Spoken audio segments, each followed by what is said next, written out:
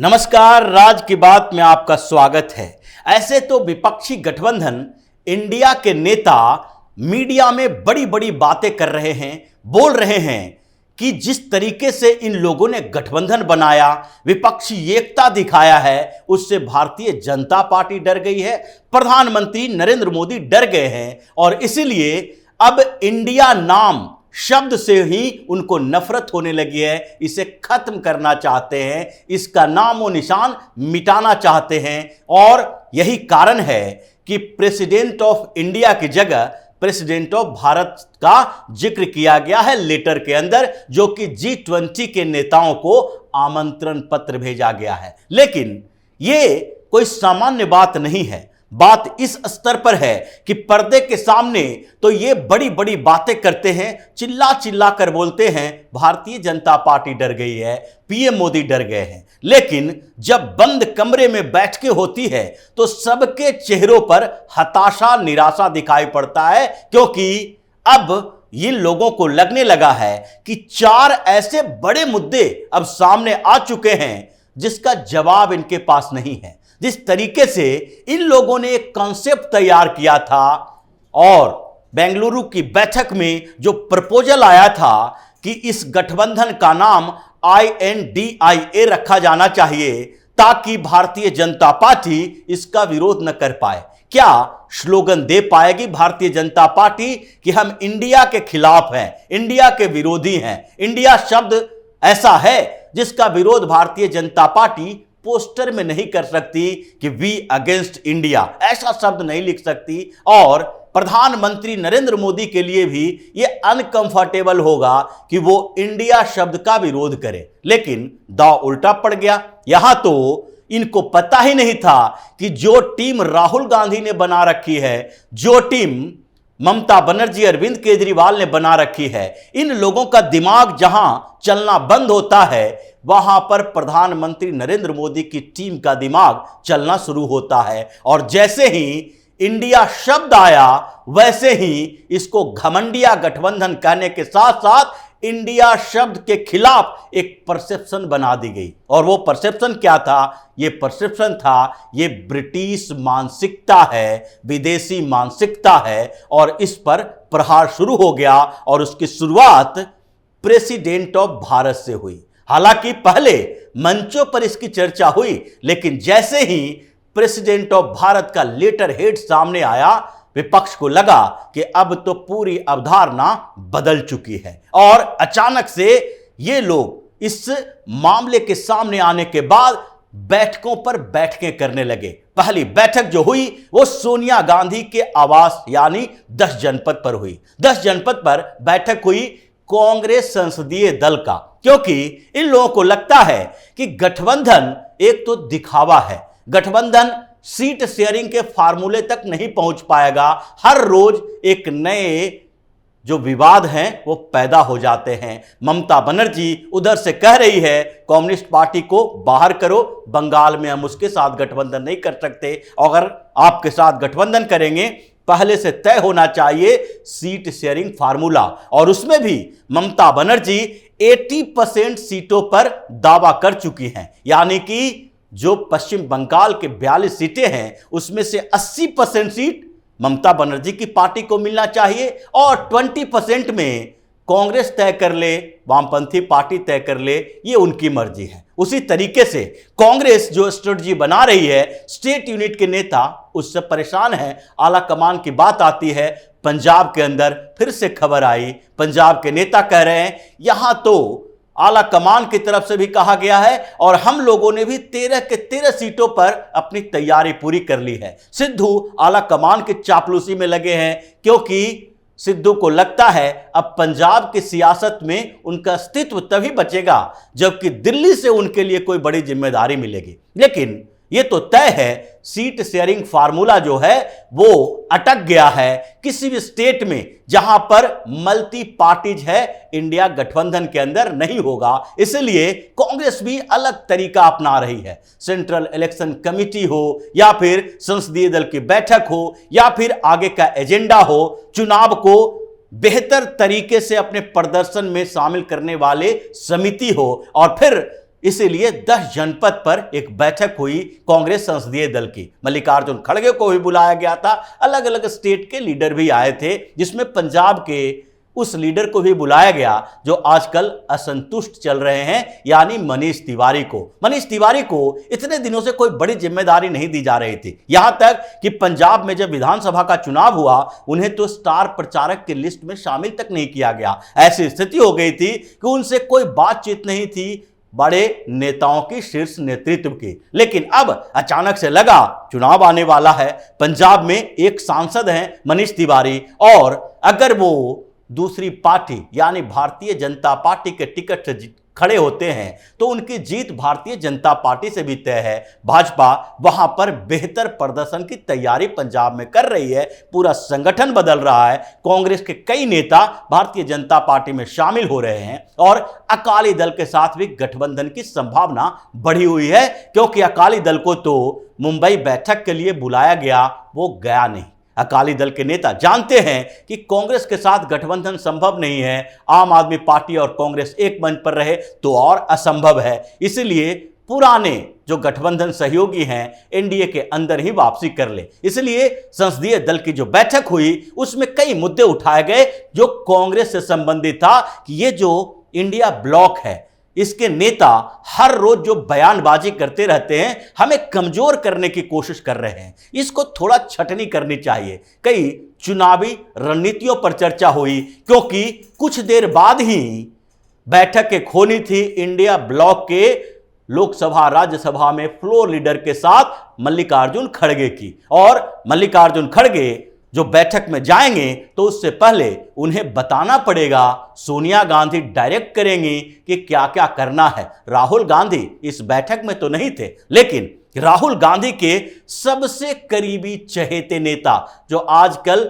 उनका सारा राजनीति डील कर रहे हैं, उसी तरीके से जैसे कि कभी सोनिया गांधी के बेहद करीबी हुआ करते थे अहमद पटेल, वो उनके पॉलिटिकल एडवाइजर थे, उसी तरीके से आजकल ये तथाकथित तौर पर ही सही लेकिन राहुल गांधी के पॉलिटिकल एडवाइजर केसी वेणुगोपाल हैं। केसी वेणुगोपाल राहुल गांधी उनसे सूचनाएं लेते हैं, मीटिंग में जाएं या न जाएं वो सारी बातें उन्हें ब्रीफ करते हैं और उनके जो मुद्दे होते हैं वो मीटिंग में रखते हैं। उन्हें संसदीय दल की बैठक में बुलाया गया था और खड़गे को केसी वेणुगोपाल और सोनिया गांधी की बात सुननी थी। केसी वेणुगोपाल मतलब राहुल गांधी और सोनिया गांधी, इन दोनों का संदेश लेकर इंडिया ब्लॉक के नेताओं के पास जाना था और इसलिए यह बैठक चली।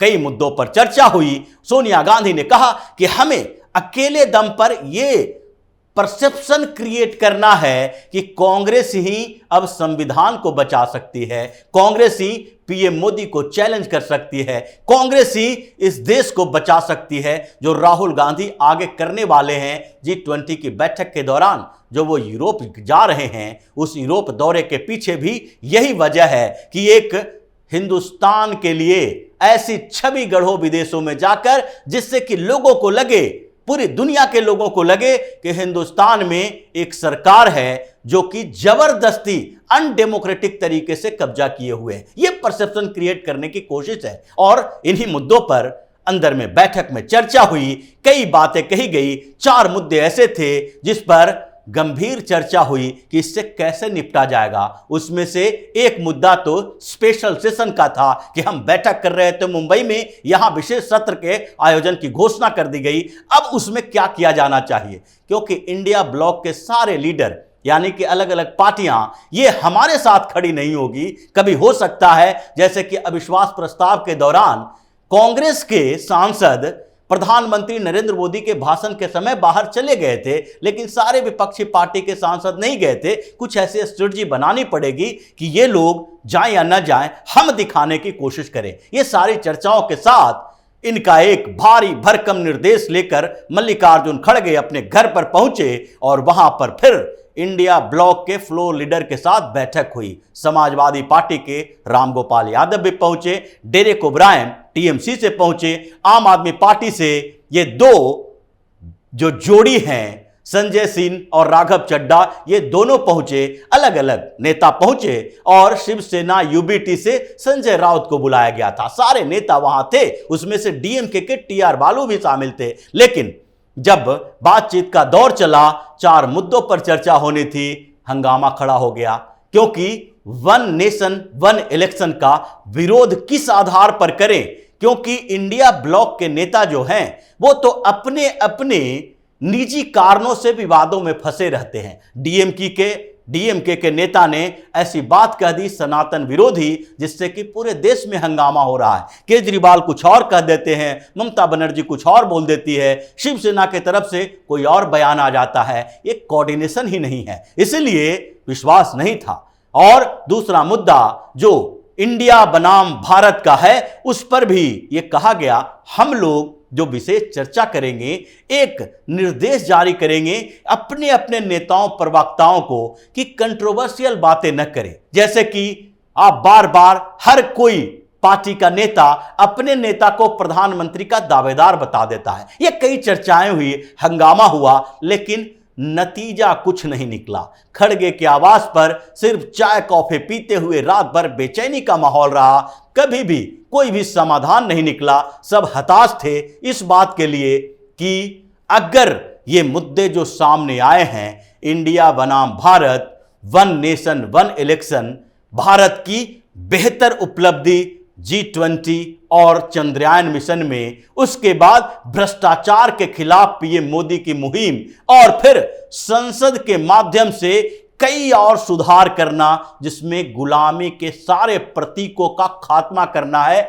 इस अवधारणा से हम कैसे लड़ेंगे, इस विचार के साथ कैसे लड़ाई की जाएगी, यह महत्वपूर्ण मुद्दा था और इस पे सबके चेहरे मुरझाए हुए रहे। एक ही फैसला हुआ कि संसद के स्पेशल सेशन में हम लोग ये देखेंगे कि क्या क्या किया जाना चाहिए। और फिर चर्चा हुई कि इसके पहले जो स्पेशल सेशन हो, हमें इसके विरोध में एक लेटर लिखा जाना चाहिए। और लेटर कैसे लिखा जाए, इस पर भी चर्चा होती रही। सब लोगों का कहना था कोई हमारे नेता के माध्यम से लिखा जाए, कोई हमारे नेता के माध्यम से लिखा जाए। किसी का कहना था सारे के सारे जो इंडिया ब्लॉक के लीडर हैं वो सब लोग साइन करें और एक इंडिया की तरफ से लेटर लिखा जाए, लेकिन सहमति नहीं बन पाई।